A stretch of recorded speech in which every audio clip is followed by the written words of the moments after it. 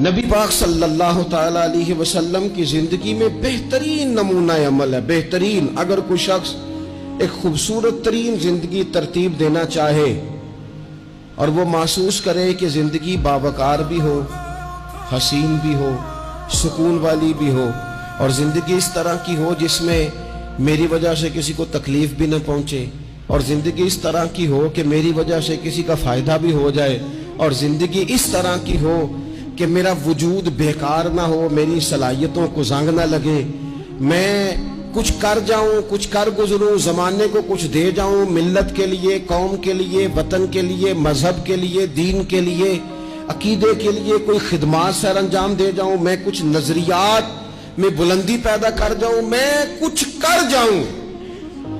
اگر کوئی چاہے کہ میں کچھ کر جاؤں تو لَقَدْ كَانَ لَكُمْ فِي رَسُولِ اللَّهِ أُسْوَةٌ حَسَنَةٌ، پھر اس کے لیے میرے نبی پاک کی زندگی ایک بہترین نمونہ ہے.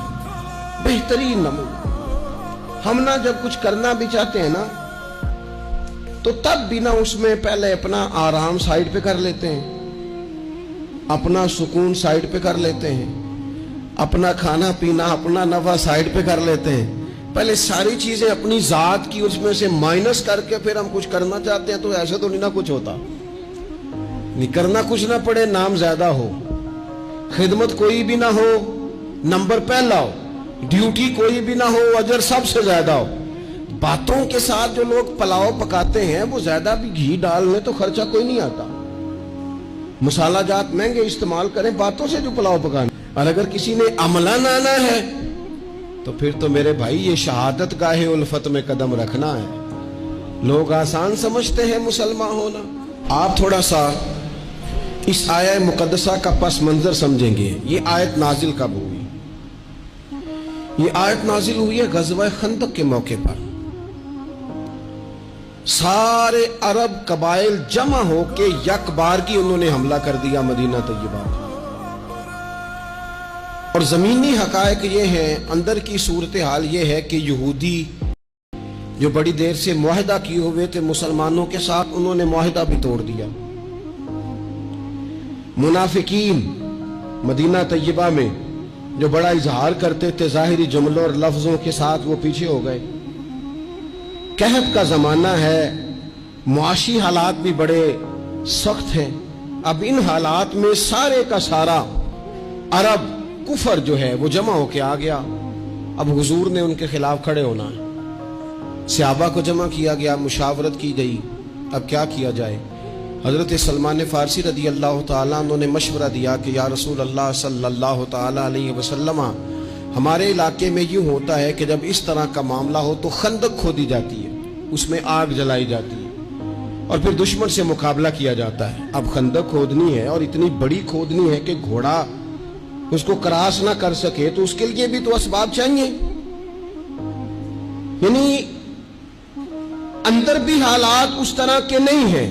جو مدینہ طیبہ کے اندر جو آبادیاں موجود ہیں وہ بھی سارے ظاہری طور پر ساتھ چھوڑ چکے ہیں، اور سامنے جو لوگ آئے ہیں وہ سارے جمع ہو کے یکبارگی آئے.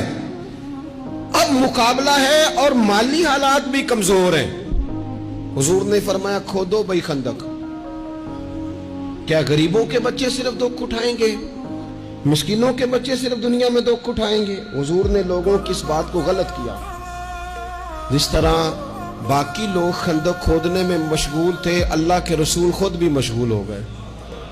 لوگ جیسے اندر سے مٹی اٹھا اٹھا کے خندق سے باہر لاتے تھے، نبی کریم بھی اٹھا کے باہر لاتے تھے. جتنی محنت دوسرے کر رہے تھے حضور اس سے ڈبل کر رہے.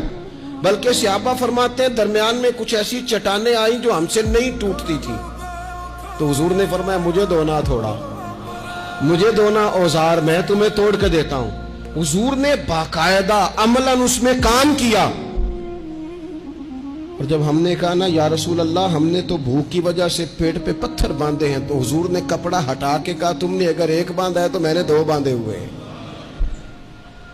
عملاً حضور نے حصہ لیا. ایک مہینہ پورا مدینہ طیبہ کا محاصرہ کیے رکھا کافروں نے، اور کڑاکے کی سردی، حالات اور طرح کے.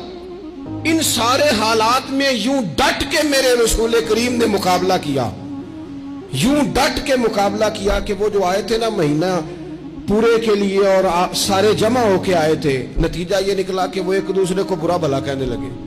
تو غدار ہے، دوسرا قبیلہ کہتا تو غدار ہے، تو نے کہا تھا جیت جائیں گے، تو ہمیں لے کے آیا تھا، تو نے شرارت کی تھی.